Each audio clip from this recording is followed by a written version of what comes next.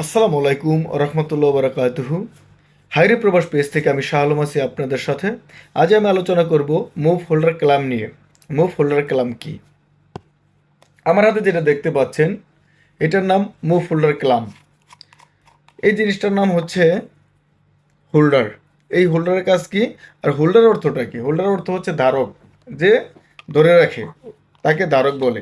তো এটা নাম হচ্ছে হোল্ডার। এটার বাংলা শব্দ হচ্ছে ধারক। এটা স্টিককে ধরে রাখে, এটা স্টিককে ধরে রাখে, এই জন্য এটার নাম হোল্ডার।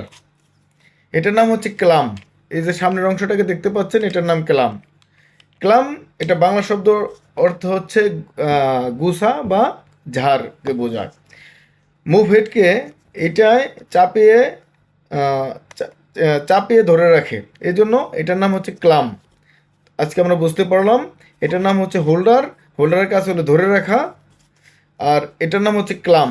এই ক্লামের কাজ হচ্ছে চাপিয়ে রাখা, মুভেরটাকে চাপিয়ে রাখবে।